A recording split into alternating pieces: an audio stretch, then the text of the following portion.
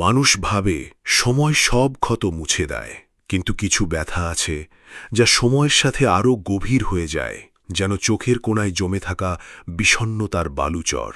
একটা সময় ছিল যখন এক নারী পথে পথে ঘুরেছে, ক্ষুধার জ্বালায় নুয়ে পড়েছে, আগুনের ফোঁটায় দগ্ধ হয়েছে। আর সেই নারীর পেটে বেড়ে ওঠা শিশুটি একদিন দাঁড়িয়েছে বিচারের আসনে, বলেছে, মা, আজ তোমার ন্যায় বিচার আমি দেবই। কিন্তু গল্পটা কিভাবে শুরু হলো? কোন নারীর কান্না একদিন ইতিহাস বদলে দিয়েছিল? এক নদীর ধারে, যেখানে গাছের ছায়া ঘন আর পাখির ডাক ছাড়া কোনো শব্দ নেই, সেখানে ছিল এক পুরনো ভবন।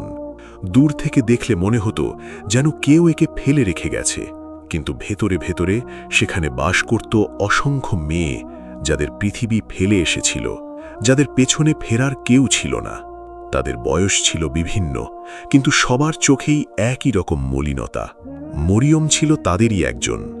মরিয়মের বয়স তখন 22, কিন্তু তার মুখের দিকে তাকালে মনে হতো যেন সে 30 পেরিয়ে এসেছে। তার চোখের নিচে কালি জমেছিল কষ্টের, আর কপালের রেখাগুলো ছিল বেদনার বুনট। ছোটবেলায় সে হারিয়েছিল সবকিছু, এক বন্যায়, এক রাতেই। আর নেই মা, নেই বাবা। পৃথিবীটা যেন তার পায়ের নিচ থেকে সরে গিয়েছিল। তারপর থেকে এই ভবনটাই তার ঠিকানা। এই ভবনটি চালাতো এক মহিলা, নাম রহিমা বেগম। বয়স 50-এর কোঠায়। তিনি মেয়েদের চোখে দেখতেন না মানুষ হিসেবে, দেখতেন কেবল কাজের যন্ত্র। আর মরিয়ম ছিল তার সবচেয়ে প্রিয় যন্ত্র, যন্ত্রণা দেওয়ার জন্য।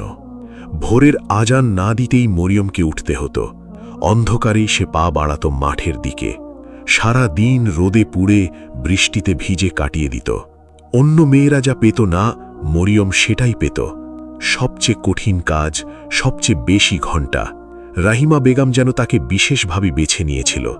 সামান্য দেরি হলে খাবার বন্ধ, ছোট ভুল হলে তালাবদ্ধ ঘর। এক প্রখর দুপুরে, রোদ যখন মাথায় আগুন জ্বালাচ্ছে, মরিয়ম হঠাৎ মাটিতে লুটিয়ে পড়ল। তার হাত পা অবশ, চোখে অন্ধকার। মাঠের মাঝখানে শুকনো মাটিতে মুখ গুজে পড়ে রইল সে। কেউ পাশে এলো না, কেউ জিজ্ঞেস করল না, তোর কি হয়েছে? সন্ধ্যায় যখন ফিরল, দেরি হয়ে গিয়েছিল। রহিমা বেগম তাকে একের পর এক চড় মারলেন, তারপর ঠেলে দিলেন একটা অন্ধকার ঘরে। সেখানে পানি নেই, খাবার নেই, আলো নেই। মরিয়ম সেই অন্ধকারে হাঁটু মুড়ে বসল। চোখের পানি গড়িয়ে পড়ল মাটির ওপর। সে বারণ করল মায়ের মুখটা মনে করার, বাবার হাসিটা মনে করার। কিন্তু দিন যত যাচ্ছিল, স্মৃতিগুলো তত ঝাপসা হয়ে যাচ্ছিল। মনে হলো, আল্লাহ কি তাকে ভুলে গেছেন? পৃথিবীর সব কষ্ট কেন শুধু তার কপালে? সেই রাতেই তার মাথায় সিদ্ধান্ত পাকল, পালাতে হবে। মৃত্যুও এই নরকের চেয়ে ভালো। শীতের এক রাতে, যখন ভবনের সবাই গভীর ঘুমে আচ্ছন্ন, মরিয়ম কাপড়ের ছোট্ট একটি পুটলি বাঁধল। কাঁপতে কাঁপতে জানালা দিয়ে বেরিয়ে পড়ল। নামতে গিয়ে পা পিছলে গেল। যন্ত্রণা উপেক্ষা করে দৌড়াতে লাগলো অন্ধকারে। কোথায় যাচ্ছে জানে না, শুধু জানে পেছনে ফিরবে না। বৃষ্টি তার গায়ে আঘাত করছিল। ঠান্ডা বাতাস হাড় কাঁপাচ্ছিল। জুতো খুলে গিয়েছিল অনেক আগে। পায়ের তলায় কাঁটা আর পাথরের আঘাতে রক্ত ঝরছিল। তবু থামেনি সে। মাইলের পর মাইল হাঁটল মরিয়ম। একসময় শহরের কাছে এসে থামল সে। উঁচু দালান আর অচেনা মানুষের ভিড় দেখে ভয় পেল। একটা বিশাল গাছের নিচে বসে পড়ল। 3 দিন ধরে কিছু খায়নি, শরীর একদম দুর্বল। আজান শুনে ঘুম ভাঙে? এই প্রশ্নের উত্তর হয়তো মরিয়ম দিতে পারত না তখন। হঠাৎ পায়ের শব্দ, ভয়ে কুঁকড়ে গেল। রহিমা বেগম কি লোক পাঠিয়েছে তাকে ধরতে? কিন্তু সামনে এলেন এক বৃদ্ধা মহিলা, হাতে তেলের ছোট বাতি, চোখে ছিল অপরিমেয় দয়া। তিনি থমকে দাঁড়িয়ে মরিয়মকে বললেন, বাছা, এত রাতে এই শীতে তুই এখানে কেন? মরিয়ম আর চাপতে পারল না, সব বলল। বন্যায় বাবা মা হারানোর কথা, রহিমা বেগমের অত্যাচার, সেই অন্ধকার ঘরের কথা। বৃদ্ধা এক মুহূর্ত দেরি করলেন না। মরিয়মের হাত ধরে নিয়ে গেলেন নিজের ছোট্ট ঘরে। গরম খাবার দিলেন, পরিষ্কার কাপড় দিলেন। সেই বৃদ্ধার নাম জোহরা খালা, বয়স ৬৫-র ওপরে। তার স্বামী মারা গেছেন, সন্তানরাও মারা গেছে রোগে। এই পৃথিবীতে তিনি একেবারেই একা। পরের দিন সকালে মরিয়মের চোখ খুলতেই দেখে জোহরা খালা তার জন্য খাবার রান্না করেছেন। হাসি মুখে বললেন, থাক না তুমি আমার সঙ্গে, তুমি থাকলে এই বুড়ির একাকিত্ব কেটে যাবে। মরিয়ম রাজি হল। জোহরা খালা তাকে রান্না শেখালেন, কাপড় সেলাই শেখালেন। মরিয়ম ছিল অসাধারণ মেধাবী, খুব দ্রুত সব শিখে নিত। কয়েক মাস কেটে গেল শান্তিতে, কিন্তু এই সুখ বেশি দিন টিকল না। এক শীতের সকালে জোহরা খালা অসুস্থ হয়ে পড়লেন, মারাত্মক জ্বরে শরীর জ্বলছে। ডাক্তার জানালেন দামি ওষুধ দরকার, কিন্তু টাকা নেই। মরিয়ম তার বাম হাতের দিকে তাকালো, সেখানে ছিল একটা পুরনো তামার বালা, মায়ের শেষ স্মৃতি। সব হারিয়েছে, শুধু এটুকুই বাকি ছিল। এক মুহূর্ত না ভেবে খুলে ফেলল বালাটি, বাজারে গিয়ে বিক্রি করল। সেই টাকায় ওষুধ কিনে আনল। জোহরা খালা খালি হাত দেখে সব বুঝলেন, তার চোখ ভরে গেল। কাঁদতে কাঁদতে বললেন, মা, তুই আমার জন্য সবচেয়ে দামি জিনিসটা দিয়ে দিলি, আল্লাহ তোকে 1000 গুণ ফিরিয়ে দেবেন। ওষুধে কিছুটা উন্নতি হল, কিন্তু বেশি দিন নয়। এক বৃষ্টির রাতে জোহরা খালার নিঃশ্বাস ভারী হয়ে গেল। মরিয়ম পাশে বসে হাত ধরে রইল। জোহরা খালা চোখ খুলে তার দিকে তাকালেন, ফিসফিস করে বললেন, আল্লাহ তোকে একা ছাড়বেন না বাছা, তুই ধৈর্যশীল, তোর পুরস্কার আসবেই। তারপর তিনি চিরকালের মতো চোখ বুজলেন। মরিয়ম নিজেই তাকে দাফন করল, কবরের পাশে দাঁড়িয়ে দোয়া পড়ল। ফিরে এসে দেখল জোহরা খালার ভাতিজা সেখানে দাঁড়িয়ে, বলল, এ বাড়ি আমার, তুই চলে যা। মরিয়ম আবার রাস্তায়, আবার একা, কিন্তু এবার তার হাতে দুটো দক্ষতা ছিল, রান্না আর সেলাই। বাজারে এক মহিলা বলল শহরের এক বড় বাড়িতে কাজের লোক লাগবে। মরিয়ম সিদ্ধান্ত নিল যাবে। প্রাসাদের মতো সেই বাড়ির সামনে দাঁড়িয়ে হাত কাঁপছিল তার। এত বড় বাড়ি সে কখনো দেখেনি। দারোয়ান একটা ঘরে নিয়ে গেল। কিছুক্ষণ পর এলেন 50 ঊর্ধ্ব এক মহিলা। সুন্দর পোশাক, গায়ে দামি গয়না, কিন্তু চোখে ছিল বরফের শীতলতা। ইনি সাহেলা বেগম, এই বাড়ির মালকিন। তিনি মরিয়মকে পা থেকে মাথা পর্যন্ত দেখলেন, তারপর কড়া গলায় বললেন, তোকে রাখছি, কাজ অনেক, কিন্তু বেতন কম, ভুল করলে রাস্তায়। মরিয়ম রাজি হল, তার উপায় ছিল না। সাহিলা বেগম তাকে রান্নাঘরের পাশে একটা ছোট্ট জানালাবিহীন ঘর দিলেন। কাজ শুরু হলো। ফজরের আগে ঘুম ভাঙে, পুরো বাড়ি পরিষ্কার, তারপর রান্না, বাসন, কাপড়, রাত পর্যন্ত বিরতি নেই। সামান্য দেরি হলে খাবার বন্ধ, ছোট ভাঙলে চড়। মরিয়ম সব সহ্য করত নীরবে। প্রতি রাতে সেই ছোট্ট ঘরে বসে কাঁদত আর বলতো, হে আল্লাহ, একটু মুক্তি দাও। 3 মাস পর একদিন সকালে বাড়িতে এলো এক তরুণ, বয়স 25-26, লম্বা পরিপাটি পোশাক। রাফি, সাহেলা বেগমের একমাত্র ছেলে, বিদেশ থেকে পড়া শেষ করে ফিরেছে। মা তাকে জড়িয়ে ধরল আনন্দে। মরিয়ম কোণে দাঁড়িয়ে নীরবে দেখছিল। পরদিন সকালে মরিয়ম বাগানে ফুলে পানি দিচ্ছিল। রাফি বেঞ্চে বসে বই পড়ছিল। হঠাৎ মরিয়মের হাত থেকে কলস পড়ে ভেঙে গেল। রাফি ছুটে এলো, জিজ্ঞেস করল, আপনি কি ব্যথা পেয়েছেন? মরিয়ম অবাক, এই বাড়িতে কেউ কখনো তার এমন করে কথা বলে না। সে বলল, না, ঠিক আছি। রাফি নিচু হয়ে তার সঙ্গে কাঁচ তুলতে লাগল। তাদের চোখাচোখি হলো। তখনই বেরিয়ে এলেন সাহেলা বেগম। রাগে তিনি মরিয়মের হাত ধরে সরিয়ে দিয়ে সবার সামনে তার গালে জোরে চড় মারলেন। বললেন, তুই আমার ছেলের কাছে যাওয়ার সাহস? তুই একটা তুচ্ছ কাজের মেয়ে। রাফি অবাক। মরিয়মের গাল লাল হয়ে গেল। সে মাথা নিচু করে চলে গেল। সেদিন থেকে সাহেলা বেগম আরও কড়া নজরদারি শুরু করল, কিন্তু রাফি মরিয়মের চোখের বিষণ্ণতা ভুলতে পারল না। একদিন মরিয়ম তার ঘরের দরজার নিচে একটা ভাঁজ করা চিঠি পেল। লেখা ছিল, মরিয়ম, আমার মা যা করেছে তার জন্য আমি ক্ষমা প্রার্থী। তুমি সম্মানের অধিকারী। তোমার সঙ্গে আরও কথা বলতে চাই। স্বাক্ষরে রাফি। মরিয়মের বুক দ্রুত কাঁপতে লাগল। সে কলম তুলে লিখল, স্যার, আপনার কথায় মন ভালো হয়েছে, কিন্তু ম্যাডাম জানলে বিপদ হবে। দয়া করে এখানেই থামুন। কিন্তু রাফি থামল না। চিঠির পর চিঠি আসতে লাগল। মরিয়মও ধীরে ধীরে তার অতীতের কথা লিখতে শুরু করল। এতিমখানার কথা, জোহরা খালার কথা, বাবা মায়ের কথা। রাফি তাকে সাহস দিত, সান্ত্বনা দিত। কয়েক মাস পর এক রাতে রাফি লিখল, মরিয়ম, আমি তোমাকে বিয়ে করতে চাই। মরিয়ম ভয়ে কেঁপে উঠল। এটা সম্ভব নয়, তোমার মা কখনো মানবে না। রাফি বলল, আমরা গোপনে বিয়ে করি, পরে মাকে বোঝাব। মরিয়মের মনে ছিল সেই ছোট্ট আশা, হয়তো এইবার কেউ তাকে সত্যি ভালোবাসবে, সত্যিকারের আশ্রয় দেবে। সে রাজি হল। এক শুক্রবার দুপুরে সাহেলা বেগম বাইরে গেলে রাফি মরিয়মকে গাড়ি করে এক দূরের গ্রামে নিয়ে গেল। সেখানে এক বৃদ্ধ আলেমের সামনে দুজন সাক্ষীর উপস্থিতিতে তাদের বিয়ে হল। কোনো আয়োজন নেই, কোনো সাজসজ্জা নেই, কিন্তু মরিয়ম ছিল সবচেয়ে সুখী। রাফি বলল, তুমি এখন আল্লাহর সাক্ষীতে আমার স্ত্রী, আমি তোমাকে কখনো ছেড়ে যাব না। তারা ফিরে এলো, কেউ টের পেল না। মরিয়ম এখন স্বপ্নের মধ্যে ভাসছিল। বিয়ে গোপন, কিন্তু সে এখন রাফির স্ত্রী। রাতে মা ঘুমিয়ে পড়লে রাফি তার ছোট্ট ঘরে আসত, কথা বলতো।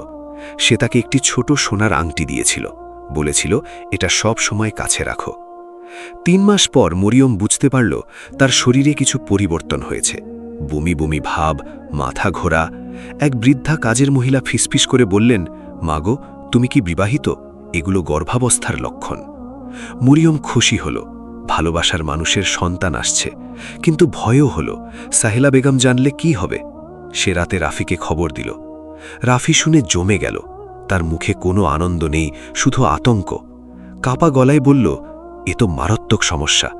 মরিয়ম অবাক হয়ে বলল, আপনি খুশি না? এটা আমাদের সন্তান। রাফি বলল, আমাকে ভাবতে সময় দাও। তারপর বেরিয়ে গেল। এরপর 1 সপ্তাহ রাফির দেখা নেই, চিঠির কোনো উত্তর নেই। মরিয়ম ভয়ে প্রতিদিন কুঁকড়ে থাকত। একদিন ড্রয়িং রুম থেকে আওয়াজ এলো। সাহেলা বেগম এক ধনী পরিবারকে অভ্যর্থনা জানাচ্ছেন। তাদের সঙ্গে আছে এক 20 বছরের তরুণী নাফিসা। দামি পোশাক, উজ্জ্বল গয়না। সাহেলা বেগম বললেন, পরের মাসেই রাফির সঙ্গে এদের বাগদান। মরিয়মের পায়ের নিচের মাটি সরে গেল। রাফি অন্য বিয়ে করবে, আর সে তার গর্ভের সন্তান নিয়ে দাঁড়িয়ে। সেই রাতে সে ওপরতলায় রাফির ঘরে গেল, নিজে উদ্যোগ নিয়ে প্রথমবার। দরজায় কড়া নাড়তেই রাফি বেরিয়ে এলো। তাকে দেখে দরজা বন্ধ করতে চাইল। মরিয়ম ধাক্কা দিয়ে ঢুকে গেল। কাঁদতে কাঁদতে বলল, আমি তোমার স্ত্রী, তোমার সন্তান বহন করছি। তুমি বলেছিলে কখনো ছেড়ে যাবে না। রাফি নিচু মাথায় বলল, আমি পারব না মায়ের বিরুদ্ধে যেতে। সে আমাকে বাড়ি থেকে বের করে দেবে, সম্পত্তি দেবে না। মারিয়াম চিৎকার করে বলল, তুমি কাপুরুষ, তোমার সন্তানের বাবার দরকার। রাফি তাকে সরিয়ে দিয়ে বলল, এই বিয়ে ভুল ছিল, তুমি কাল সকালেই এই বাড়ি ছেড়ে যাও। ঠিক তখনই দরজা ভেঙে এলেন সাহেলা বেগম। কোনো কাজের মহিলা খবর দিয়েছিল। তিনি গর্জে উঠলেন, হারামজাদি, তুই এখানে কি করছিস? তারপর মরিয়মকে মারতে শুরু করলেন। রাফি শুধু দাঁড়িয়ে রইল। একজন কাজের মহিলা বললেন, ম্যাডাম, এই মেয়ে গর্ভবতী। সাহেলা বেগম থমকে গেলেন। তারপর শান্ত গলায় বললেন, কার বাচ্চা? মরিয়ম আকুতির চোখে রাফির দিকে তাকাল। রাফি মুখ ফিরিয়ে নিল। সাহেলা বেগম রান্নাঘরে গিয়ে চুলায় রাখা ফুটন্ত পানির পাত্র নিলেন। সেই ফুটন্ত পানি মরিয়মের পিঠে ও কাঁধে ঢেলে দিলেন। মরিয়মের চিৎকারে বাড়ি কেঁপে উঠল। পোড়া চামড়া থেকে রক্ত বেরিয়ে আসছিল। সাহেলা বেগম লাথি মেরে তাকে দরজার বাইরে ঠেলে দিলেন। বের হয়ে যা, আর কখনো মুখ দেখাবি না। রাতের অন্ধকারে প্রহরী মরিয়মকে রাস্তায় ফেলে দিল। গেট বন্ধ। মরিয়ম চিৎকার করল, রাফি, আমাকে সাহায্য করো। কিন্তু কেউ এলো না। সব আলো নিভে গেল।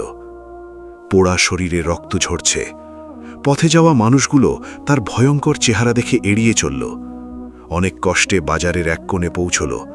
একটা বন্ধ দোকানের সিঁড়িতে বসে পেটে হাত রাখল। সন্তান ঠিক আছে তো? ঘণ্টার পর ঘণ্টা কেটে গেল। শেষ শক্তি নিয়ে উঠে দাঁড়াল। লড়তে লড়তে বাজারের শেষ মাথায় ছোট একটি মসজিদ পেল। দরজার সামনে এসেই জ্ঞান হারিয়ে পড়ে গেল। ভোরে ফজরের আজানের পর ইমাম সাহেব দরজা খুলে মরিয়মকে দেখলেন, রক্তাক্ত, পোড়া, নিথর। তিনি চিৎকার করলেন। কয়েকজন মুসল্লি তাকে ইমাম সাহেবের বাড়িতে নিয়ে গেল। ইমাম সাহেবের নাম শেখ আব্দুর রহমান। বয়স 50 পেরিয়েছে। তার স্ত্রী সুমাইয়া বেগম অত্যন্ত দয়ালু। মরিয়মের অবস্থা দেখে তিনি কাঁদতে কাঁদতে তার ক্ষত পরিষ্কার করলেন। ইমাম সাহেব কুরআন তেলাওয়াত করলেন। অনেক কঠিন দিন গেল। মরিয়ম জ্বরে প্রলাপ বকছিল, বারবার রাফির নাম ধরে কাঁদছিল। 2 সপ্তাহ পর চোখ খুলল। সুমাইয়া বেগমের মুখ দেখে ডুকরে কেঁদে উঠল, সব কথা বলল। সুমাইয়া বেগম তাকে বুকে টেনে নিয়ে বললেন, মা, তুমি এখন আমাদের মেয়ে, সন্তান হওয়া পর্যন্ত এখানেই থাকো। মাস কেটে গেল। মরিয়ম সুস্থ হল, নামাজ পড়ত, দোয়া করত, কুরআন পড়ত। শেখ আব্দুর রহমান ও সুমাইয়া বেগম তাকে আপন মেয়ের মতো রাখলেন। এক শীতের রাতে মরিয়মের প্রসব বেদনা শুরু হল। দীর্ঘ ও যন্ত্রণাদায়ক প্রসবের পর একটি ছেলে এলো। উচ্চস্বরে কান্না করে শিশুটি কাঁদে। সুমাইয়া বেগম শিশুটিকে মরিয়মের কোলে দিলেন। মরিয়ম তাকিয়ে দেখল, চোখ দুটি হুবহু রাফির মতো। সে মনে মনে প্রতিজ্ঞা করল, এই সন্তান তার বাবার মতো কাপুরুষ হবে না, শক্তিশালী হবে। সে বলল, তার নাম রাখব সাবিত, অর্থ অটল, দৃঢ়। মরিয়ম নতুন জীবন শুরু করল। বড় বাড়িতে সেলাই করত, কাপড় কাটত। সামান্য আয়, কিন্তু প্রতিটি পয়সা জমাত সাবিতের জন্য। রাতে ক্লান্ত হয়ে ফিরলেও সাবিতকে বুকে নিলে সব ক্লান্তি উধাও হয়ে যেত। সাবিত বড় হতে লাগল। সে ছিল অসাধারণ মেধাবী। 5 বছরেই কুরআনের ছোট সূরা মুখস্থ করল। শেখ আব্দুর রহমান তাকে পড়াতেন। 10 বছর বয়সে স্কুলে ভর্তি হল। পরের বছরেই সব বিষয়ে প্রথম। ভিডিও টাইটেলের মতো বলতে গেলে এক মায়ের কষ্টের গল্প আর জীবন বদলে দেওয়া এক রাতের সাক্ষাৎ, এসবের মাঝেই বেড়ে উঠছিল সাবিত। একদিন সাবিত মাকে জিজ্ঞেস করল, বাবা কোথায়? মরিয়ম কেঁদে ফেলল। সাবিত তাকে জড়িয়ে ধরে বলল, কেঁদো না আম্মু, আমি বড় হলে সব ঠিক করব। বছরের পর বছর কেটে গেল। মরিয়মের শরীর দুর্বল হয়ে পড়ল, বুকে কফ জমল। কিন্তু সে বিশ্রাম নিল না, কারণ সাবিতের পড়া বন্ধ করা যাবে না। প্রাইমারি শেষে সাবিত বৃত্তি পেয়ে ভালো স্কুলে ভর্তি হল। সেদিন মরিয়ম সিজদায় পড়ে কাঁদল, আল্লাহর শুকরিয়া আদায় করল। 18 বছর বয়সে সাবিত আইন বিভাগে বৃত্তি পেল। তার স্বপ্ন একজন ন্যায় বিচারক হবে। সে দেখেছে কিভাবে মায়ের উপর অবিচার হয়েছে, কিভাবে দুর্বলরা বিচার পায় না। আইন কলেজ থেকে প্রথম শ্রেণীতে উত্তীর্ণ হল। বড় বড় প্রতিষ্ঠান থেকে চাকরির প্রস্তাব এলো, কিন্তু সাবিত খুলল ছোট একটি চেম্বার, গরিবদের জন্য। কয়েক বছরের মধ্যেই তার নাম ছড়িয়ে পড়ল। লোক বলতো, সাবিত সাহেব ঘুষ নেন না, কাউকে ভয় পান না। প্রথম কাজ হিসেবে সাবিত মায়ের জন্য ছোট একটি বাড়ি কিনল। সেদিন মরিয়ম বাড়িটা দেখে অনেকক্ষণ চুপ করে রইল, তারপর অঝরে কাঁদল। জীবনে প্রথমবার তার নিজের বাড়ি। এক রাতে সাবিত মায়ের সামনে বসে সব কথা শুনতে চাইল। মরিয়ম কিছু লুকাল না। রাফির কথা, সাহেলা বেগমের কথা, সেই ভয়ঙ্কর রাতের কথা সব বলল। সাবিত মায়ের হাত চেপে ধরল, বলল, মা, যারা তোমার সঙ্গে এই অন্যায় করেছে, আমি তাদের কাছে তোমার বিচার নেব। মরিয়ম বলল, বিচার নেবে, কিন্তু ন্যায় বিচার, প্রতিশোধ নয়। আল্লাহই আসল বিচারক। আরও 10 বছর কেটে গেল। সাবিত তখন 32 বছর বয়সী সফল আইনজীবী, শহরের সেরা। তারপর এলো সেই দিন, তাকে শহরের প্রধান আদালতের বিচারক নিয়োগ দেওয়া হলো। নিয়োগের অনুষ্ঠানে মরিয়ম সামনের সারিতে বসল। তার চুলে রূপালী রং, মুখে বলিরেখা, কিন্তু চোখে এক অদ্ভুত দীপ্তি। ছেলেকে কালো গাউন পরতে দেখে নীরবে কাঁদল। বিচারক হিসেবে সাবিতের পরিচিতি ছড়িয়ে পড়ল, কঠোর ন্যায় বিচারের জন্য। ঘুষ তো দূরের কথা, উপহার পর্যন্ত নিত না, বড় ছোট সমান বিচার। একদিন তার সামনে এলো নতুন একটি মামলা। এক ধনী পরিবারের সম্পত্তি বিরোধ। এক পক্ষে রাফি বিন হাফিজ, অন্য পক্ষে সাহেলা বেগম, তার মা। রাফি তার বাবা রেখে যাওয়া সম্পত্তির ন্যায্য ভাগ চাইছিল, যা মা বহু বছর ধরে আটকে রেখেছিল। সাবিত ফাইল খুলে নাম দেখে হাত কাঁপল। এই দুটি নাম সে মায়ের মুখে কান্নার সঙ্গে শুনেছে বারবার। সেই রাতে মায়ের কাছে গেল, বলল, মা, রাফি আর সাহেলা বেগমের মামলা আমার কাছে এসেছে। এটা কি আল্লাহর ইচ্ছে, নাকি আমার সরে যাওয়া উচিত? মরিয়ম দীর্ঘক্ষণ চিন্তা করল, তারপর বলল, না, সরে যেও না। আল্লাহ নিজেই এই সুযোগ দিয়েছেন, কিন্তু মনে রেখো, তুমি শুধু ন্যায় বিচার করবে। প্রতিশোধ নিলে আল্লাহর কাছে জবাবদিহি করতে হবে। শুনানির দিন আদালত লোকে লোকারণ্য। রাফি প্রবেশ করল, সাদা চুল, রুগ্ন চেহারা, পুরনো স্যুট। মায়ের সম্পত্তি থেকে বঞ্চিত হয়ে সে এখন প্রায় কপরদকশূন্য। সাহেলা বেগম ঢুকলেন লাঠি ভর দিয়ে, কিন্তু এখনও দামি পোশাক, এখনও অহংকারের চাহনি। বিচারক সাবিত প্রবেশ করলেন কালো গাউনে। দুজনেই তার দিকে তাকালো, কিন্তু চিনতে পারল না। কিভাবে চিনবে? সেই কাজের মেয়ের ছেলে আজ বিচারকের আসনে। উভয় পক্ষের বক্তব্য শোনার পর সাবিত বললেন, রায় ঘোষণার আগে আমি একজন সাক্ষীর কথা শুনতে চাই। দরজা খুলল। মরিয়ম ধীরে ধীরে ভেতরে এলো। সাদা পোশাক, সাদা হিজাব, শান্ত চেহারা, আত্মবিশ্বাসের সঙ্গে সামনে হাঁটছে। রাফি দেখামাত্র জমে গেল, তার মুখ সাদা হয়ে গেল। ফিসফিস করল, মরিয়ম, তুমি কিভাবে? সাহেলা বেগম লাফিয়ে উঠলেন, এই মেয়ে এখানে কি করছে? বের করে দাও। সাবিত হাতুড়ি দিয়ে টেবিলে আঘাত করলেন। পুরো আদালত কেঁপে উঠল। দৃঢ় গলায় বললেন, চুপ, আপনি আদালতে আছেন। আবার অশালীন আচরণ করলে আদালত অবমাননার দায়ে আটক করা হবে। নীরবতা নেমে এলো। সাবিত শপথ নেওয়ালেন মরিয়মকে। তারপর জিজ্ঞাসা করলেন, আপনি কি এই দুজনকে চেনেন? মরিয়ম সরাসরি তাদের চোখের দিকে তাকিয়ে বলল, হ্যাঁ, চিনি। ৩০ বছর আগে আমি তাদের বাড়িতে কাজ করতাম, আর রাফি তখন আমাকে শরীয়ত মেনে গোপনে বিবাহ করেছিল। রাফি চিৎকার করে উঠল, মিথ্যে। তখন সাবিত পুরনো হলদে একটি কাগজ বের করল, কাবিননামা, আলেমের স্বাক্ষর, সাক্ষীদের স্বাক্ষর, তারিখ আজ থেকে ৩০ বছর আগে। রাফির হাত থেকে কাগজ পড়ে গেল। সে মাটিতে লুটিয়ে পড়ে হাও মাও করে কাঁদতে লাগল। আমি দুঃখিত, আমি কাপুরুষ ছিলাম, ক্ষমা করো মরিয়ম। সাহেলা বেগম পালানোর চেষ্টা করলেন। রক্ষীরা বাধা দিল। তখন সাবিত উঠে দাঁড়ালেন, পুরো আদালতের দিকে তাকালেন। গলায় আবেগ, কিন্তু কণ্ঠ স্থির। বললেন, আমি এখানে সাক্ষী দিচ্ছি।